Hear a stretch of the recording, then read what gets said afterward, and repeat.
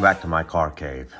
Finishing off my 2023 collection still, believe it or not, as we head into the 2025 season. As I film this, anyways, I've got what I hope to be my final Williams. This is the Williams FW45 from the British Grand Prix. I had previously shown a video on the Golf Delivered FW45. But that being a one-off livery, it was not going to be the one I wanted to put in my display. I think I'm going to ultimately put it in the golf section of my car collection. And that said, this is also a one-off. This is the 800th anniversary or 800th race for Williams, as indicated by this little logo here and the British flag on the back. They debuted and ran this at the Silverstone GP in 2023, despite the fact that actually the 800th race was apparently at the Hungarian Grand Prix at the following GP. I think the cancellation of the Emilio Romagno race, I can't tell you how you pronounce that. That one was canceled, and therefore the 800th race was no longer at Silverstone. I can't even imagine that over 800 races, that the coincidence that it would have even taken place at Silverstone is mind-boggling to me. Anyway, so this is the one I decided I think I'm going to keep for the Williams. Again, it is a one-off livery. However, I think it's, most of the car is kind of similar to the regular livery. As I've discussed before, one-off liveries look great at the moment, but don't always age well in my collection, as I'm trying to collect a variant from each season. And, I want the cars to kind of look like they ran during the majority of the season. So anyways, this is, I did like this one, so I think I'm going to stick with this one rather than buy the regular. This is kind of a mid-season car, so it's got some updated features, mostly pertaining to the side pod here. The original 2023 car, the side pod kind of carried out here, then dipped back, had a larger groove or downward sloping washout here. Versus what we got.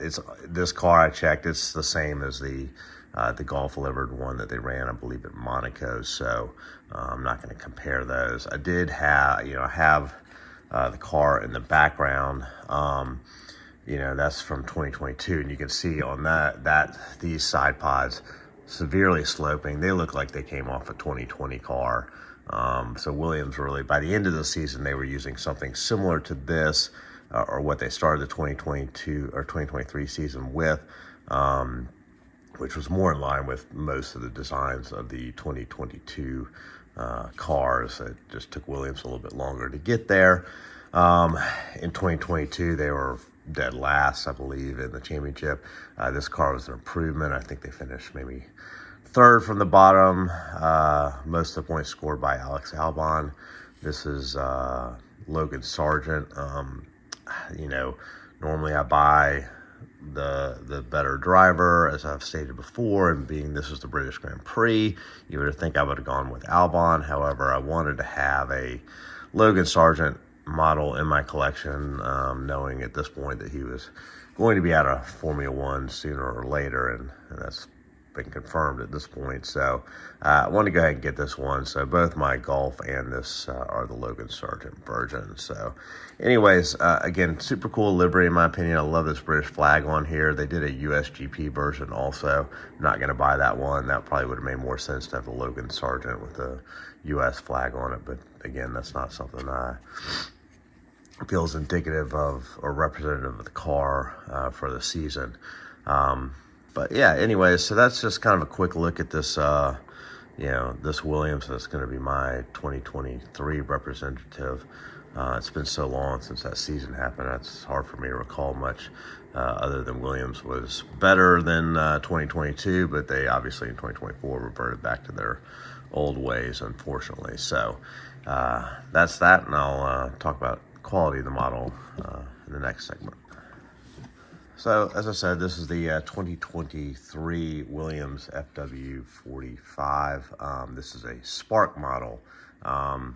we spent a lot of time on Spark and Mini Champs. They haven't evolved a lot over the last few years because the quality's gotten pretty good. So I'm not going to talk in depth about everything because it's kind of repetitive at this point. But it's the typical stuff. You know, we have the individual front wing planes. They're, you know, they've got the slice through there so you can see my finger. Same for the back here. If I can get that in focus.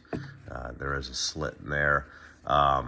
Decaling is very nice. Got nice carbon fiber decals on the front wings, as well as the eyebrows here. This is a textured carbon fiber pattern here, as well as down on the floorboard. Then, you know, you have some nice little photo etch parts for the stabilizer here. Looks like the seat belt is also photo etched as well. These are the typical with the, you know, see-through visors, which, you know, I've gone on about whether I like them or don't like them. And this particular variant looks pretty good. It's pretty dark anyways. We got the pitot tube here, which, yeah, that's photo etched as well. Then moving around to the back, obviously you have this nice photo etched exhaust pipe here. For those who are interested, I often forget, but this is the underside of the car.